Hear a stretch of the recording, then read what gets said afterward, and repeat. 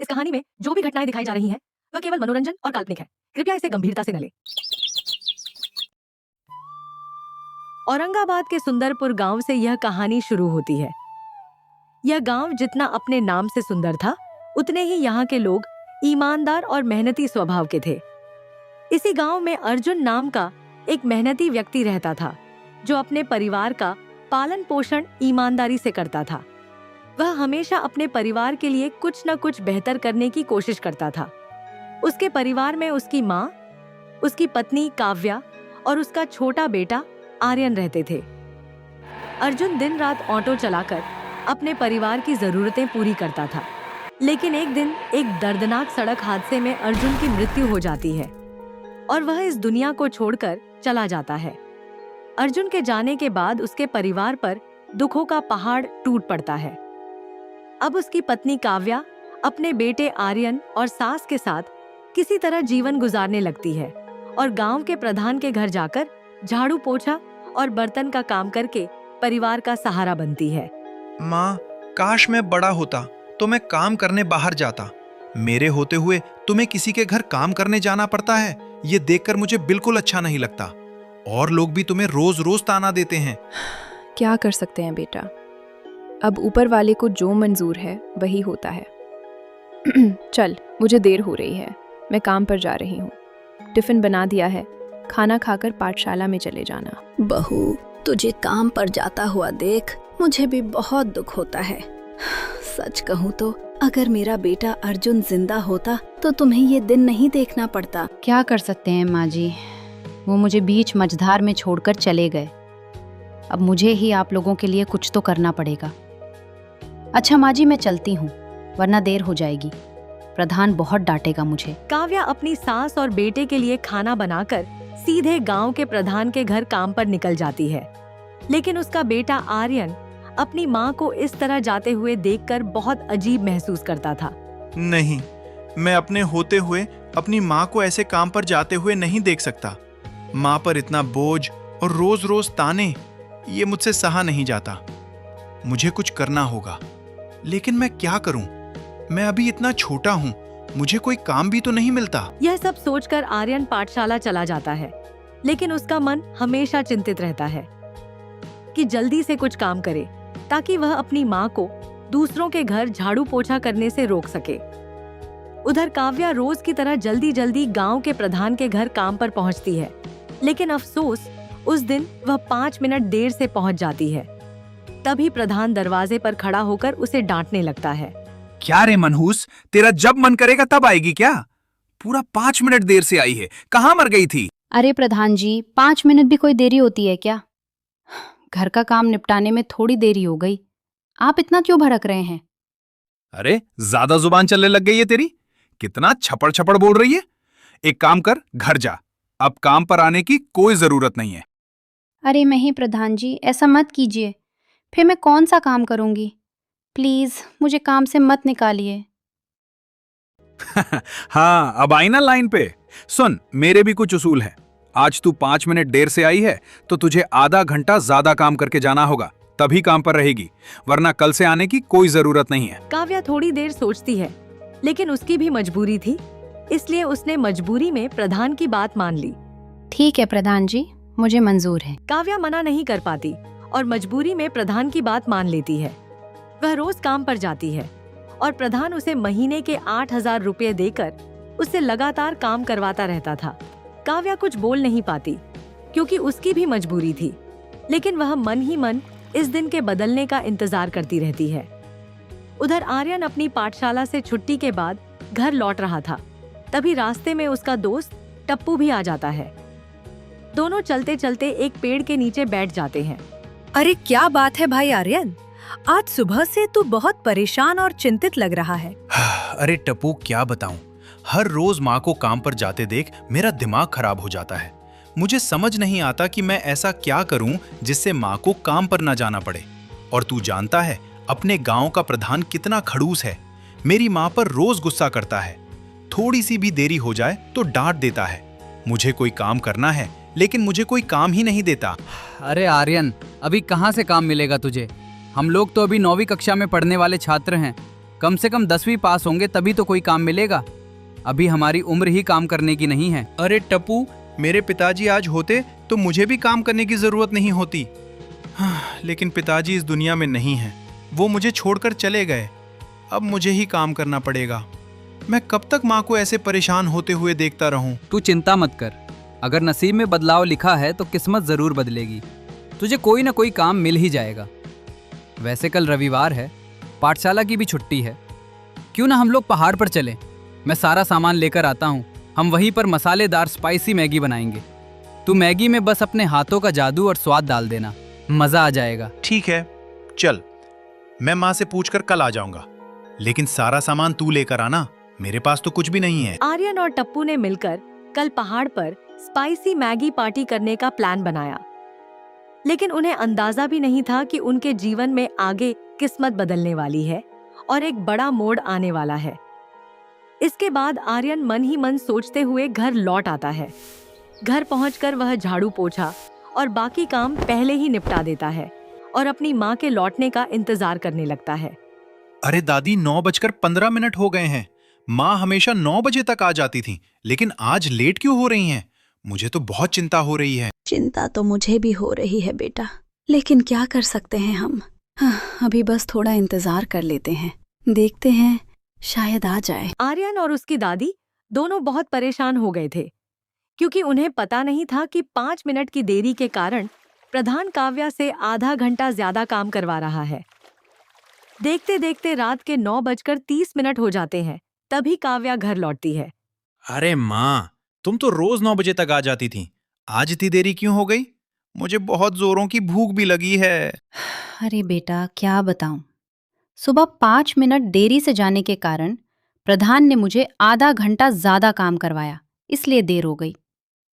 चल, मैं जल्दी से तेरे लिए कुछ अच्छा बना देती हूँ, तू खाकर सो जा। यह बात सुनकर आर्यन को प्रधान के ऊपर बहुत गुस्सा आता है, लेकिन वह कुछ कर नहीं सकता था। काव्या ने सबके लिए रोटी, सब्जी और दाल तैयार की। तीनों ने भरपेट भोजन किया और फिर थकान के कारण चैन की नींद सो गए।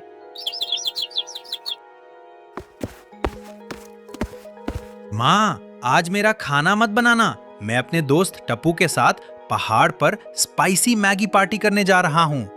वो सारा सामान लेकर आ रहा है, बस मुझे मैगी बनानी है। अरे वाह, पहाड़ पे मैगी पार्टी? ठीक है, तू जा। लेकिन तेरे हाथों की वो स्पाइसी मैगी मुझे भी बहुत पसंद है। शाम को मेरे लिए भी बनाना, मैं मैगी लेकर आऊंगी। आर्यन स्पाइसी मैगी बहुत अच्छी बनाता था, मानो जैसे उसमें कोई जादू कर देता हो। वह अपने दोस्त टप्पू के साथ पहाड़ पर मैगी पार्टी करने के लिए निकल जाता है। थोड़ी देर बाद दोनों मैगी बनाने का सारा सामान, छोटा गैस और बाकी जरूरी चीजें लेकर पहाड़ पर पहुंच जाते हैं। अरे यार, ये जगह सही रहेगी। चल, यहीं पर मैगी पार्टी करते हैं। अब जल्दी से मैगी बनाने की तैयारी करते हैं। आर्यन सबसे पहले एक बर्तन में पानी उबालता है, फिर उसमें मैगी डालकर हल्का सा उबालता है। इसके बाद वह कढ़ाई गैस पर रखता है और उसमें बारीक कटे हुए प्याज और टमाटर डालकर जोरदार तड़का लगाता है। जैसे ही खुशबू आने लगती है, वह उबली हुई मैगी को कढ़ाई में डाल देता है और अच्छे से मिलाकर पकाता है। फिर वह उसमें सॉस डालता है और बीच से कटी हुई हरी मिर्च डालकर उसे और भी ज्यादा स्पाइसी बना देता है। थोड़ी ही देर में उसकी लाजवाब स्पाइसी मैगी तैयार हो जाती है। अरे वाह आर्यन, क्या लाजवाब खुशबू आ रही है यार। कितनी मस्त मैगी बनाई है तूने। मैगी की खुशबू पूरे पहाड़ में फैल चुकी थी। आर्यन ने जोरदार स्टाइल में जो मैगी बनाई थी, उसकी खुशबू दूर तक जा रही थी। तभी पहाड़ के पास से एक रास्ता था जहाँ से एक ब्लैक स्कॉर्पियो गुजर रही थी, लेकिन मैगी की खुशबू ने उन्हें खींच लिया और वह स्कॉर्पियो सीधे आर्यन और टप्पू की जगह पर आकर रुक गई। स्कॉर्पियो उनके पास आकर खड़ी हो गई। आर्यन और टप्पू थोड़ा भयभीत होकर उस स्कॉर्पियो को देख रहे थे। तभी थोड़ी देर में उस स्कॉर्पियो से एक जोड़ी बाहर निकलती है, जिनका नाम गौतम सिंघानिया और लता सिंघानिया था। गौतम सिंघानिया शहर के बहुत बड़े बिजनेसमैन थे। बेटा, हम दोनों कम से कम 100 किलोमीटर का सफर करके आ रहे हैं। हम लोग रास्ते का कुछ भी नहीं खाते हैं, लेकिन हमें बहुत जोरों की भूख लगी है और ये मैगी इतनी स्वादिष्ट और लाजवाब लग रही है कि अब रहा नहीं जा रहा है। क्या हम लोगों को एक एक प्लेट मिल सकता है? तभी आर्यन और टप्पू ने थोड़ा सोचते हुए और मुस्कुराते हुए कहा, अरे साहब, खाना बांटने से बढ़ता है। हम लोग आपको क्यों नहीं खिला सकते? आप बैठिए, मैं अभी प्लेट में लेकर देता हूँ। आर्यन उन दोनों को प्लेट में मैगी लगाकर दे देता है। वे दोनों इतनी जल्दी जल्दी मैगी खाने लगते हैं जैसे कई दिनों से भूखे हों। एक एक प्लेट सूप सपाट कर जाते हैं। फिर आर्यन उन्हें दोबारा एक एक प्लेट मैगी और देता है, जिसे वे दोनों बड़े चाव से खा लेते हैं। अरे वाह बच्चों, क्या स्वादिष्ट मैगी बनाई है। अच्छा ये बताओ, तुम दोनों में से किसने ये मैगी बनाई है? ये सारी मैगी आर्यन ने बनाई है। वो शुरू से ही बहुत स्वादिष्ट और बढ़िया मैगी बनाता है। लता अपने पति को इशारा करती है। तभी उसका पति गाड़ी में से सीधे एक 50,000 रुपए का बंडल लेकर लता को दे देता है।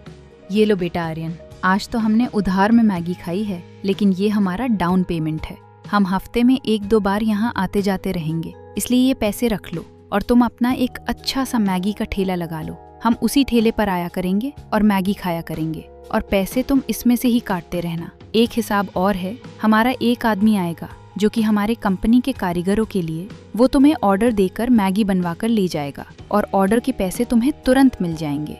अरे अरे मैडम साहब, लेकिन इतने पैसे आप मुझे ऐसे ही दे देंगे? मैं ये नहीं रख सकता। अरे बेटा, किसने कहा हम तुम्हें ऐसे ही ये पैसे दे रहे हैं? ये हम उधार के तौर पर दे रहे हैं, जो हम वापस लेंगे, लेकिन पैसों में नहीं, तुम्हारी चटपटी और स्पाइसी मैगी खाकर। इसलिए तुम इतना मत सोचो, ये पैसे रखो और ठेला खोलने की तैयारी करो। अच्छा, अब हम चलते हैं, हमें देर हो रही है। इतना कहकर वह लोग स्कॉर्पियो में बैठते हैं और वहां से रवाना हो जाते हैं। आर्यन और टप्पू दोनों उस स्कॉर्पियो और उन लोगों को देखकर हैरान रह जाते हैं कि आखिर उनके साथ क्या हो गया। तभी टप्पू कहता है, अरे आर्यन, मुझे तो बहुत डर लग रहा है। मैं घर जा रहा हूँ। पता नहीं वो लोग कौन थे जो इतने पैसे देकर चले गए। अगर घर पर मेरी मम्मी को पता चला तो मुझे बहुत डांट पड़ेगी। मैं जा रहा हूँ। टप्पू तो डर के मारे वहां से चला जाता है, लेकिन आर्यन नहीं डरता। उसके मन में थोड़ी सी खुशी आती है, क्योंकि अब उसे कुछ अपना करके दिखाने का एक रास्ता मिल चुका था। वह उन पैसों को लेकर घर चला जाता है। शाम हो चुकी थी। उसकी माँ अभी तक घर नहीं लौटी थी। वह बैठकर अपनी माँ का इंतजार करने लगा। अरे रे, ये मनहूस कितना धीरे धीरे कपड़ा धो रही है। जल्दी जल्दी काम कर। और हाँ, आज काम थोड़ा ज्यादा है। सब निपटा कर ही जाना, चाहे रात हो जाए। अरे प्रधान जी, लेकिन मैं तो 9 बजे तक घर चली जाती हूँ। इतना लेट हो जाऊंगी तो मेरे बच्चे और मेरी सास भूखे कैसे रहेंगे इतने देर तक? अरे तुम गरीब लोगों को भी भूख लगती है क्या रे? एक दिन नहीं खाओगे तो मर थोड़ी ना जाओगे। जितना काम दिया है वो करके जाना, वरना कल से काम पर आने नहीं दूंगा। प्रधान जी, जुबान संभाल कर बात कीजिए। मैं गरीब भले ही हूँ, लेकिन अपनी मेहनत का खाती हूँ, किसी से मांग कर नहीं।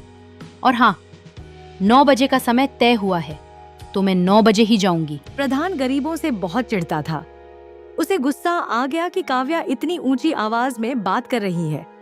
तभी वह गुस्से में कहता है, तेरी इतनी हिम्मत जो मुझसे इतनी ऊंची आवाज में बात करेगी? एक काम कर, तू अभी अपने घर जा और कल से मेरे काम पर आने की जरूरत नहीं है। मुझे अपना मुंह भी मत दिखाना। हाँ हाँ, जा रही हूँ। देखती हूँ मैं नहीं आती तो कौन यहाँ काम करता है। प्रधान काव्या को काम से निकाल देता है। काव्या भी मायूस होकर अपना आत्मसम्मान बचाते हुए वहां से निकल जाती है। बाहर निकलना उसके लिए आसान था, लेकिन रास्ते में वह बहुत चिंतित मन से अपने घर लौट रही थी। ये मैंने क्या कर दिया? गुस्से में आकर मैंने प्रधान का घर छोड़ दिया। अब मैं कहाँ काम करूंगी? अपने बच्चे और सास को कैसे पालूंगी?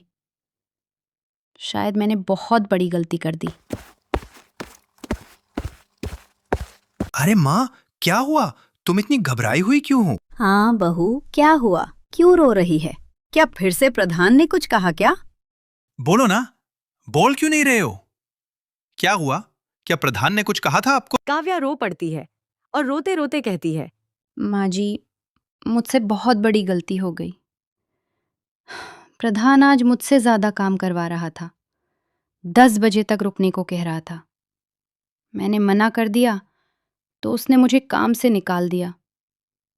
अब मैं कौन सा काम करूंगी? आप लोगों की देखभाल कैसे करूंगी? काव्या की बात सुनकर उसकी सास भी चिंता में पड़ जाती है और दोनों बहुत परेशान हो जाते हैं। तभी आर्यन चुपके से घर के अंदर जाता है और वहां से वह दिए हुए 50,000 रुपए का बंडल लाकर अपनी माँ के सामने रख देता है। डाका है। उसकी माँ उन पैसों को देखकर आश्चर्यचकित हो जाती है और घबराते हुए आर्यन से पूछती है, अरे इतने पैसे? इतने पैसे कहाँ से लाया आर्यन? तूने कहीं चोरी तो नहीं की? अरे नहीं माँ, मैंने कोई चोरी नहीं की। दरअसल हुआ यूं। आर्यन अपनी माँ को सारी कहानी बता देता है, जो भी उसके साथ पहाड़ पर हुआ था। यह सब सुनकर उसकी माँ कहती है, मुझे गर्व है बेटा कि तेरे हाथों में ये कला है। इसी वजह से तुम्हें इतने रुपए मिले। चल, कल सुबह ही हम गांव के चौक पर मैगी का ठेला लगाएंगे। अब मुझे उस प्रधान से भी छुटकारा मिल जाएगा। बहुत तेवर दिखा रही थी काव्या। अब मुझे मजा आएगा। उसके पास कोई काम वाम तो है नहीं। उसकी सास अब मेरे पास आके गिड़गिड़ाएगी, कहेगी प्लीज मेरी बहू को काम पर रख लो। तब मैं अपने तेवर दिखाऊंगा। प्रधान यहाँ मन ही मन सोच रहा था कि काव्या और उसकी सास उसके पास आकर गिड़गिड़ाएंगे, लेकिन असल में काव्या और उसका बेटा गांव के चौक पर स्पाइसी मैगी का ठेला लगा चुके थे। आर्यन की मैगी की खुशबू और स्वाद के कारण गांव में लंबी भीड़ लग गई थी और लोग उसकी मैगी खाने के लिए लाइन में खड़े थे। अरे आओ भाइयों, स्पाइसी मैगी सिर्फ 10 रुपए प्लेट। ऐसा स्वाद कहीं नहीं मिलेगा। आर्यन चौक पर जोर जोर से अपनी स्पाइसी मैगी की तारीफ करते हुए उसे बेचने लगा। कुछ ही दिनों में पूरे गांव को पता चल गया कि काव्या और आर्यन ने अपना नया काम शुरू कर दिया है। यह बात प्रधान तक भी पहुंच गई। अब उसे समझ आ गया था कि काव्या कभी उससे माफी मांगने नहीं आएगी। इधर गौतम सिंघानिया के आदमी भी उनके ठेले पर आने लगे और दिए गए ऑर्डर के अनुसार मैगी पैक करवाकर ले जाने लगे। अब उनकी कमाई सिर्फ ठेले पर आने वाले ग्राहकों तक सीमित नहीं रही, बल्कि बड़े बड़े ऑर्डर भी मिलने लगे। देखते ही देखते उनका स्पाइसी मैगी का ठेला पूरे गांव में मशहूर हो गया और उन्होंने फिर कभी पीछे मुड़कर नहीं देखा। तो इसी के साथ हमारी प्यारी सी कहानी यहीं पर समाप्त होती है। अगर आप भी चाहते हैं कि अगली कहानी में आपका नाम आए, तो अपना नाम और गांव का नाम कमेंट में लिख दें। हो सकता है अगली कहानी आपके नाम पर बने। धन्यवाद।